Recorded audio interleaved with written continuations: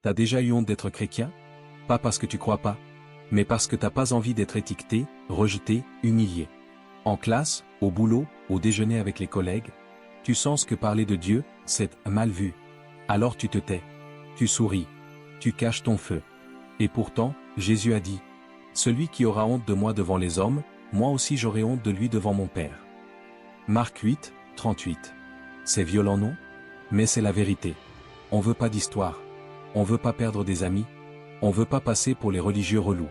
Mais en faisant ça, on commence à préférer être accepté par le monde, que d'être approuvé par le ciel. Et la Bible le dit sans détour. Chercher la faveur des hommes ou celle de Dieu? Si je plaisais encore aux hommes, je ne serais pas serviteur de Christ. Galates 10. Je te juge pas. Moi aussi j'ai flanché. J'ai préféré me fondre dans la masse. Rire à des blagues sales. Me taire quand je voyais l'injustice. Prier en cachette comme si Dieu était un secret honteux. Jusqu'au jour où j'ai lu ce verset. Ce n'est pas un esprit de timidité que Dieu nous a donné, mais un esprit de force, d'amour et de sagesse. 2 Timothée 1, 7. Et là, ça m'a frappé. J'étais pas faible. J'étais juste effrayé d'être fidèle. Mais la fidélité, ça brille justement là où c'est inconfortable. Si quelqu'un veut venir après moi, qu'il renonce à lui-même, qu'il se charge de sa croix, et qu'il me suive. Au Luc 9, 23. Alors la vraie question c'est pas, est-ce que t'as honte de ta foi? La vraie question c'est, est-ce que t'as décidé de rester fidèle, même quand c'est risqué? Parce qu'un jour, c'est pas ton collègue ou ton prof que tu devras impressionner. Ce sera Dieu. Et aujourd'hui, je vais te montrer comment garder ta foi, là où elle est le plus attaquée. À l'école. Au travail. Dans les endroits où Dieu dérange. Quand tu te caches pour prier, Dieu ne se cache pas pour te parler. J'étais en 2e année de fac. Pas un mec bizarre. Pas un fanatique. Juste un jeune qui croyait en Jésus. Et ça se voyait. Les gens savaient. J'étais le chrétien du groupe. Tu sais, celui qui baisse un peu la tête quand il prie à la cafétéria. Celui qui répond pas quand la conversation part dans tous les sens. Celui qu'on chambre gentiment, mais qu'on observe discrètement. Tu pries pour avoir des bonnes notes, hein? Tu vas jeûner avant le partiel? Je riais avec eux. Mais, à l'intérieur, ça me dérangeait. Pas qu'ils se moquent, mais que je commence à me taire. Petit à petit, je raccrochais la lumière pour me fondre dans l'ombre. Je voulais être comme eux. Et avec Dieu, en même temps. Mais il y a un problème avec ça. Nul ne peut servir de maître. Matthieu 6, 24. Si tu éteins ta lumière pour t'adapter à l'obscurité, tu perds ta mission. Puis une nuit, j'ai reçu un message. 2h08, mon téléphone vibre. Un pote du groupe. L'un des plus moqueurs. Est-ce que tu peux prier pour ma sœur? Elle est à l'hôpital. Elle est entre la vie et la mort. Et là, le monde s'est arrêté. Plus de blagues. Plus de sarcasme. Juste, le désespoir brut. C'est dans ce silence-là que j'ai compris. Les gens se moquent, jusqu'au jour où ils ont besoin d'espérance. Jusqu'au jour où leur monde s'écroule, et ils cherchent quelqu'un qui tient encore debout. Ce jour-là, j'ai prié. Pas en cachette. Pas dans ma tête. À genoux, dans ma chambre, les larmes aux yeux. Parce que ce n'était plus une question d'image. C'était une question de vie. Et cette nuit-là, Dieu m'a parlé. Pas avec une voix audible.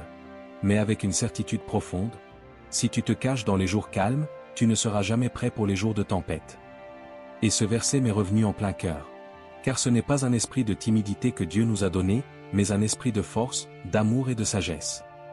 2 Timothée 1, 7. Mais tu crois que j'avais compris la leçon? Pas encore. Parce qu'1 an plus tard, j'ai commencé un nouveau travail. Et j'ai recommencé à me cacher. Je priais plus à la pause. Je laissais ma Bible au fond du sac. Et quand quelqu'un me demandait, « Tu fais quoi ce week-end » Je disais rien de spécial au lieu de « J'anime un groupe de prière ». Pourquoi? Parce que j'avais peur de passer pour le mec bizarre. J'avais peur du regard, du jugement, du rejet. Encore une fois, je laissais la peur parler à la place de ma foi. Mais cette fois, Dieu a utilisé quelqu'un d'autre pour me réveiller. Un midi, une collègue s'approche. Une fille que je connaissais à peine. Elle me regarde. Silencieuse. Le regard vide. Puis elle dit, « Toi, t'as une paix que j'ai pas. Tu fais comment ?» Pas une question de boulot. Pas une question de planning. Une question d'âme. À ce moment-là, j'ai senti l'Esprit Saint me dire, « C'est pour ça que tu es ici. » Et là j'ai su. Je ne pouvais plus me cacher. Je ne pouvais plus faire semblant. Parce que si je cache Dieu dans les lieux où il veut briller, je me rends complice de l'obscurité. Celui qui aura honte de moi devant les hommes, moi aussi j'aurai honte de lui devant mon Père. Marc 8, 38. Vous êtes la lumière du monde, on n'allume pas une lampe pour la mettre sous un seau. Matthieu 5, 14 à 15. Ce jour-là, j'ai décidé. Ma foi ne serait plus une option dans ma vie. Elle serait mon fondement. Je ne veux plus être accepté en cachant celui qui m'a sauvé. Et toi, qui m'écoutes, si tu vis ce combat-là, ce tiraillement entre ta foi et ton quotidien, entre ton identité en Christ et la pression du monde, je te comprends, parce que je l'ai vécu, et je le vis encore parfois. Mais reste avec moi, parce que dans la suite, je vais te montrer comment tenir debout, même quand tout autour te pousse à t'asseoir. Même quand on te juge, on te teste, ou on t'ignore. Heureux ceux qui sont persécutés pour la justice, car le royaume des cieux est à eux. Matthieu 5, 10. 3 clés pour garder ta foi visible et vivante au travail ou à l'école. Tu veux garder ta foi? Pas seulement dans ton cœur, mais dans tes gestes, dans ton comportement, dans ton identité. Alors retiens bien ça, Dieu n'a jamais appelé ses enfants à se fondre dans le décor. Il t'a appelé à illuminer le décor. Et pour ça, tu n'as pas besoin d'un micro. Tu n'as pas besoin de crier Alléluia dans les couloirs. Tu as juste besoin de marcher avec lui, sans compromis. Voici 3 clés puissantes et pratiques pour vivre ta foi sans t'éteindre. Clé numéro 1, sois authentique, pas religieux. Arrête de réciter des versets à qui veut pas les entendre. Arrête de juger ceux qui jurent, ceux qui fument, ceux qui vivent dans le monde. Tu n'es pas meilleur qu'eux. Tu es juste sauvé par grâce. Et les gens n'ont pas besoin d'un sermon déguisé en collègue. Ils ont besoin d'un humain vrai, qui incarne Jésus dans l'attitude. Tu veux prier à la pause? Fais-le. En silence, sans faire de cinéma. Tu veux lire ta Bible? Pas besoin de la mettre sur la table comme un trophée spirituel. Mais ne l'enterre pas non plus pour faire comme tout le monde. Heureux les cœurs purs, car ils verront Dieu. Matthieu 5, 8. Sois vrai, pas parfait. Parce que c'est l'authenticité qui touche les cœurs, pas la performance. Et retiens bien, le monde n'a pas besoin de chrétiens bruyants. Il a besoin de chrétiens constants. Clé numéro 2, prie pour ton environnement. Avant d'entrer en classe. Avant d'aller au taf. Prends 30 secondes. Respire. Et dis, Saint-Esprit, précède-moi. Prépare les conversations. Utilise-moi. Ce simple réflexe peut changer ta journée. Parce que tu ne rentres pas dans un bureau. Tu rentres dans un champ de mission. Et chaque interaction peut devenir divine. Le collègue qui pleure. Le prof qui te regarde bizarre. L'élève isolé au fond de la classe. Tu crois que c'est un hasard? Non. C'est une mission en préparation. Priez sans cesse. 1 Thessaloniciens 5, 17. Ce n'est pas vous qui parlerez, mais l'Esprit de votre Père qui parlera en vous. Matthieu 10, 20. Tu veux garder ta foi allumée? Commence ta journée branchée au ciel. Clé numéro 3, utilise l'excellence comme témoignage. Tu veux que ta foi parle? Alors, sois excellent. Pas pour briller devant les hommes, mais pour honorer Dieu. Sois le premier à arriver, le dernier à râler. Sois celui qui bosse avec sérieux, qui étudie avec discipline, qui rend service sans arrière-pensée. Parce que dans un monde de flemme et de négligence, l'excellence est un langage spirituel. Tout ce que vous faites, faites-le de bon cœur, comme pour le Seigneur et non pour des hommes. Colossiens 3, 23. Ainsi, que votre lumière brille devant les hommes, afin qu'ils voient vos bonnes œuvres, et glorifient votre Père qui est dans les cieux. Matthieu 5, 16. Tu n'as pas besoin d'un badge je suis chrétien. Ton attitude parlera pour toi. Ta foi se voit, dans ta manière de faire les choses. En résumé, sois vrai, pas religieux. Prie ton environnement. Vis l'excellence, sans chercher à impressionner. Ta lumière, c'est pas ton vocabulaire. C'est ton comportement, ta présence, ta paix dans l'agitation.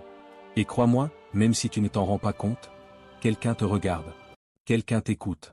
Quelqu'un apprend de toi. Et tôt ou tard, cette personne viendra te demander. Tu fais comment pour avoir cette paix? Et là, tu souriras. Parce que tu sauras que tu as tenu bon. Et maintenant? Comment faire quand, malgré tout ça, tu subis des moqueries, des rejets, des tests de foi? Parce que parfois, ce n'est pas difficile d'être chrétien. C'est dangereux émotionnellement. Mais tu n'es pas seul.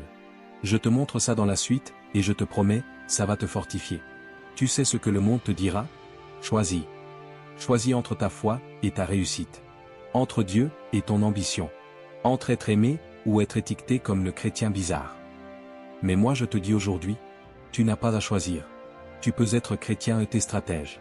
Tu peux être rempli du Saint-Esprit et t'es dominé dans ton domaine. Tu peux prier en secret et impacter en public. Daniel n'a pas mis sa foi de côté pour bosser au palais. Il a prié, même quand c'était interdit. Et c'est grâce à ça qu'il a été élevé au-dessus de tous. Joseph n'a pas compromis son intégrité pour monter les échelons. Et Dieu a utilisé sa fidélité dans les détails, pour le placer à la tête d'un empire. Et toi? Qui t'a dit que tu devais te cacher? Qui t'a fait croire que ta foi allait te limiter? Dieu ne t'a jamais demandé de t'adapter à la pièce. Il t'a demandé d'éclairer la pièce. Car Dieu ne nous a pas donné un esprit de timidité, mais de force, d'amour et de sagesse. 2 Timothée 1, 7. Alors écoute-moi bien. Ne minimise plus ta relation avec Dieu. Ne fais plus silence quand il te pousse à parler. Ne laisse plus la peur éteindre ce feu qu'il a mis en toi. Sois ce rappel vivant, que Dieu existe, même là où on ne parle jamais de lui. Que c'est encore possible d'être pur dans un monde sale. D'être vrai dans un monde faux. D'être lumière, dans un monde qui s'éteint. Et maintenant, c'est à toi de jouer. Abonne-toi si tu veux qu'on continue à t'aider à vivre ta foi au quotidien. Dis-moi en commentaire, quel est ton plus grand défi pour vivre ta foi là où tu es? Et partage cette vidéo à un frère ou sœur qui a besoin de ce message aujourd'hui. Parce que cette génération a besoin d'ambassadeurs du ciel, pas de chrétiens invisibles. Et je crois que tu fais partie de ceux que Dieu est en train de réveiller. Ne vous conformez pas au siècle présent, mais soyez transformés, Romains 12, 2.